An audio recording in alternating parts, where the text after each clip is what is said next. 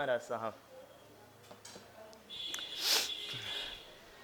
तो मैंने सुना एक चीनी चौकीदार की कहानी जो बाद को बड़ा अमीर हुआ। कहानी ये कहती है कि वो एक अमीर के यहाँ पर चौकीदार हुआ करता था रात का, और उसी का समकक्ष एक दिन का भी चौकीदार था। तो एक रात और एक दिन, तो दो चौकीदार ऐसे हुआ करते थे। तो एक रात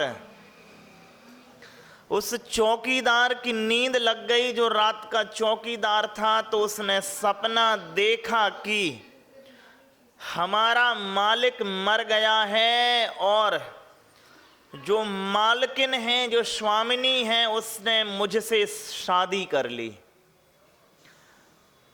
फुर्सत के पलों में उसने ये बात अपने दिन के समकक्ष चौकीदार से कह दी कि रात मैंने ऐसे सपना देखा है। थोड़े दिनों बाद जब उन दोनों में बिगाड़ हो गया, तो उसने इसी शिकायत को मालिक से लगा दिया कि मालिक, ये तुम्हारे संबंध में ऐसे सपने देखता है कि मालिक मर गया और मुझसे स्वामिनी ने शादी कर ली है। तो मालिक ने उसको खूब पीटा, खूब जम के पीटा। संयोग की बात थी, उसकी पिटाई हुई तो उड़ती हुई खबर मालकिन तक पहुंच गई कि ये क्यों पिटा।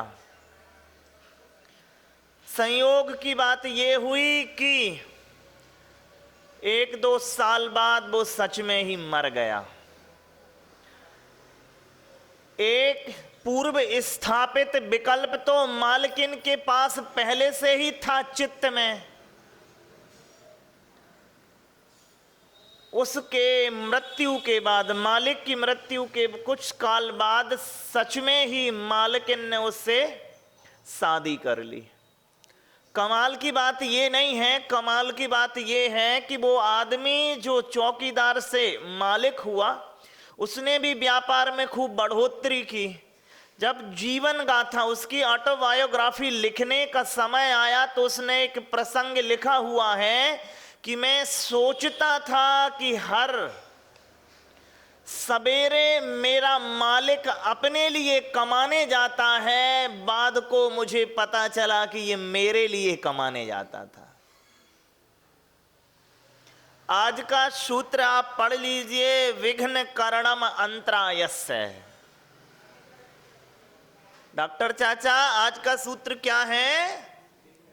विघ्न करणम अंतरायस्य, कि दान लाभ भोग उपभोग और वीर, ये जो पंच लब्धियां हैं, इन पंच लब्धियों में जो पांच लाभ हैं, इन पांच लाभों में जो विघ्न डालता है, सो अंतराय कर्म के आश्रव होते हैं उनके, और बंध होते हैं।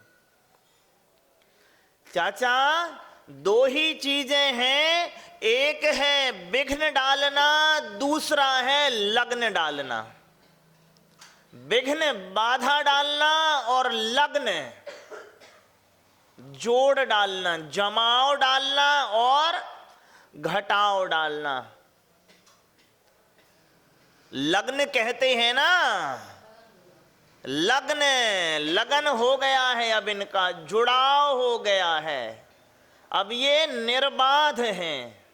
और विघ्न तो लाभ और अलाभ, चाचा, जो मेरा है या आपका है, वह तो मुझ तक पहुंच जाएगा ही।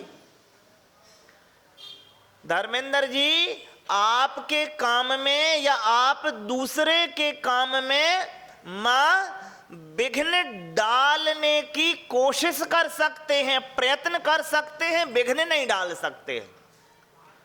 एक बात बताइए,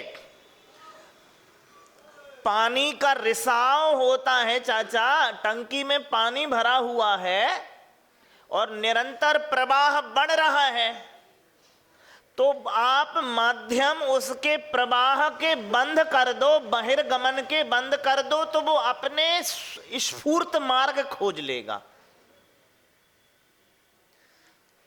पुण्य उदय आ रहा है, लाभ की स्थितियां यदि मुझे बननी ही हैं तो वे मुझ तक पहुंचने का मार्ग खोज लेंगी। मुझे दान करना ही है तो मैं लाभ मार्ग खोज लूंगा। भोग उपभोग और वीर के मार्ग, मां प्रकृति, ये जो ब्रह्मांड है ना, अनंत जो ब्रह्मांड है, उसकी अपनी अटल विश्व की जो मर्यादाएं हैं वो आप तक आपका लाभ पहुंचा देंगी, कोई विघ्न कितना ही डाले। मैं सोचूं कि मैं दूसरे में विघ्न डालूं, दूसरे में, तो वो कार्य स्थगित हो जाएगा। कार्य मां कभी स्थगित होता ही नहीं है।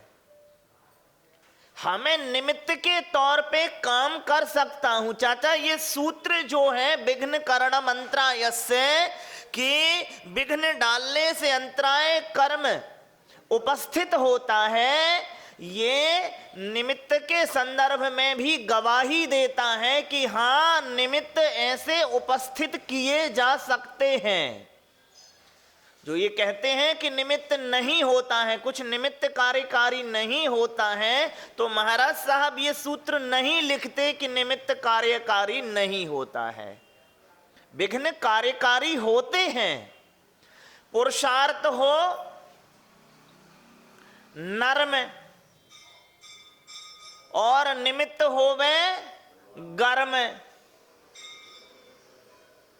मां पुरुषार्थ हो कनिष्ठ और निमित्त होवे बलिष्ठ, तो वो कार्यकारी हो जाता है। जहां पर आपका, अरे जहां पर पुण्य अनुभाग ही बहुत ज्यादा बलिष्ठ है, वहां पे कनिष्ठ निमित्त तो कार्य करते ही नहीं है। मेरे जानने वाले एक वकील ने एक कथा कही थी मां, और इस संबंध में इससे अच्छी कथा तो मैंने सुनी नहीं। वो कथा नहीं, घटना ही थी। दिल्ली में एक स्थान है फ्रेंड्स कॉलोनी। एक परिवार रहता है, दो भाई थे और एक उनकी भाभी ही। छोटा भाई, बड़े भाई और भाभी। माता पिता का अकस्मात देहांत हुआ तो मां, उनकी 1000 करोड़ की संपत्ति थी। मरते हुए पिता ने विभाजित की थी दोनों भाइयों में बराबर। बड़े का मन पलटा तो उसने छोटे का हक मार लिया 500 करोड़, और वो जो 500 करोड़ थे वो अपने पत्नी के नाम पे इकट्ठे कर दिए, जमा। कोई न्यायालय में कभी प्रस्तुति देनी पड़ी तो मैं तो अपना पक्ष रख दूंगा कि मेरे पास 500 करोड़ हैं, देख लीजिए, मैं तो ईमानदार आदमी। अब वो भाई का जो हिस्सा था वो किसके के नाम कर दिया? भाभी के नाम कर दिया। तो हुआ यूं, लाभ अलाभ देखिए कि उस भाभी, जो उसकी भाभी थी, उसने अपने पति से तलाक लेके फिर देवर से शादी कर ली। आपका सत्य तो आप तक पहुंचना है ही, जिस भी भांति से ब्रह्मांड दूसरे रास्ते खोज देगा। तो आप कहो लाभ अलाभ। लाभ ये हुआ चाचा, वहां पर तो उसका चेतन श्री तो उसके पास पहुंची ही पहुंची, और नहीं, अचेतन श्री तो पहुंची ही पहुंची, वो चेतन श्री भी पहुंच गई। और जिस भाई ने अलाभ की स्थितियां पैदा की थी उसको घाटे के तौर पे, देखिए दंड के विधान ऐसे हुए कि वो चेतन श्री भी खोई और अचेतन श्री भी खोई और चेतन श्री भी खोई। तो जो मुझे लगता है कि मैं थोड़े से निमित्त उपस्थित करके दूसरे को अलाभ पहुंचा सकता हूं, तुम पहुंचाने का प्रयत्न कर सकते हो, पहुंचा नहीं सकते हो। तो ऐसे ही आप अपने संदर्भ में सोच लें कि लोग मुझे अलाभ पहुंचा नहीं सकते हैं, अलाभ पहुंचाने का प्रयत्न कर सकते हैं। और मुझे लगता है कि इसने पहुंचाया तो ये मेरी गलतफहमी है। उसने पहुंचाने ना पहुंचाने, पहुंचाने के निमित्त उपस्थित कर लिए, बस मुझ तक नहीं पहुंचा है तो मेरा अपना उसमें भाग्य की बलवती होगी। और चाचा पहुंचना तो था ही। वो एक उदाहरण आता है ना, एक कृष्ण जो थे वो रुक्मणी ही तो नहीं, कौन पत्नी थी उनकी, सत्यभामा इत्यादि।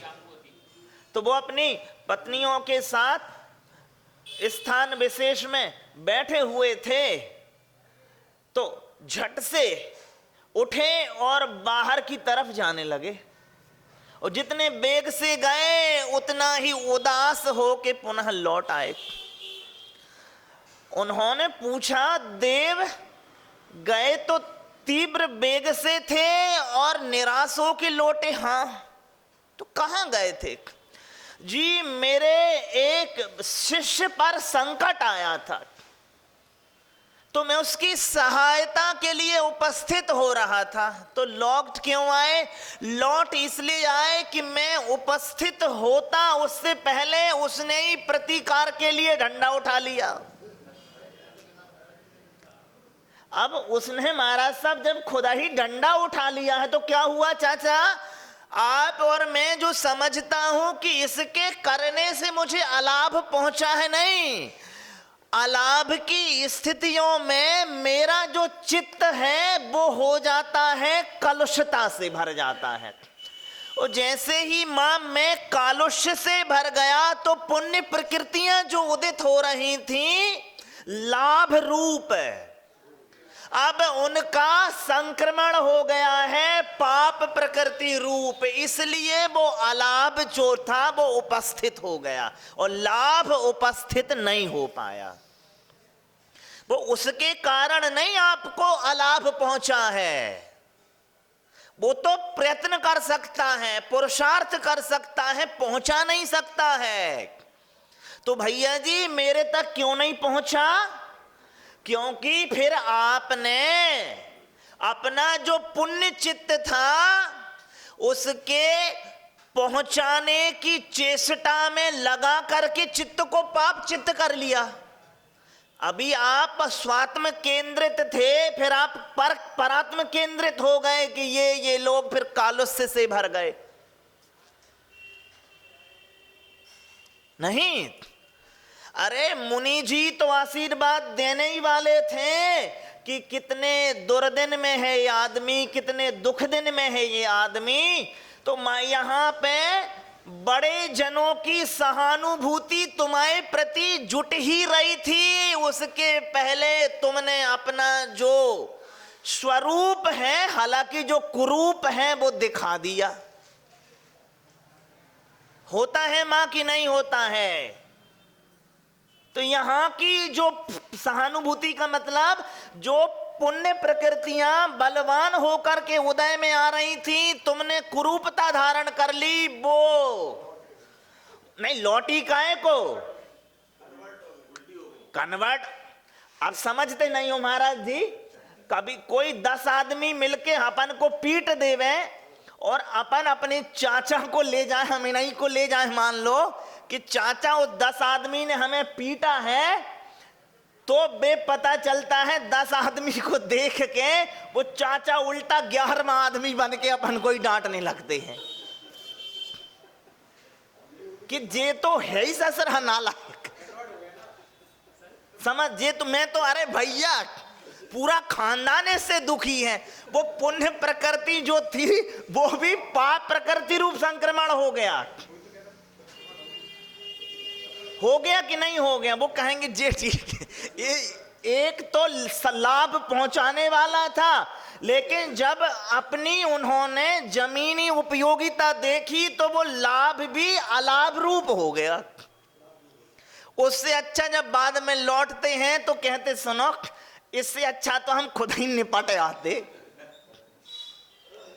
आपने उल्टा ही कर दिया। अरे तुम्हें सहयोगी के लिए ले गए थे, तुमने असहयोगी के तौर पे काम किया। तो मां कोई असहयोगी के तौर पे काम नहीं कर रहा, कोई न लाभ पहुंचा रहा न अलाभ पहुंचा रहा। ब्रह्मांड जो कर्म व्यवस्था ऐसी है कि आपका लाभ आप तक पहुंच जाएगा। जैसे महाराज साहब लिखते हैं ना, भगवान लिखते हैं आपका कर्म अनंत ब्रह्मांड में आपको वैसे ही खोज लेगा जैसे हजारों की भीड़ में बछड़ा मां को खोज लेता है। नहीं तो खोज लेगा। थोड़ा सा धैर्य तो दिखाओ, हम अधैर्य हो जा, और मेरा अधैर्य हो जाना वही पुण्य प्रकृति का पाप प्रकृति रूप संक्रमण का कारण बन जाता। और चाचा दुनिया में जो अपनी शिखर पे पहुंचे हुए, जिस भी विधा में शिखर पे पहुंचे हुए लोग हैं, उनमें जो बड़े गुण हैं उनमें धीरता, धैर्यता, धीरज एक बड़ा गुण है।